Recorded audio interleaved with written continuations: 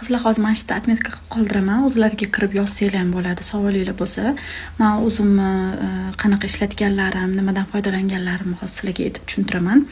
Menda lampada 5 kun yotdi. 5 kun menga yetarli bo'ldi, chunki men oldin olib banitsani o'zida lampaga qo'ygan edim.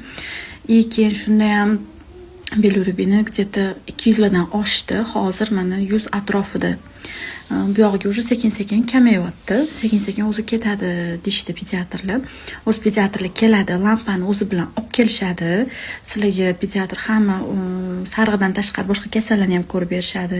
Bilirubinni bolani jonini ortmasdan qondan olishmaydi-da, joyida mana bunaqa apparati bilan olib berishadi. Nechiligini joyida aytishadi. O'shanga qarab, bolani yoshiga, sarig'ini foiziga qarab, o'zligi lampani o'rnatib ketishadi.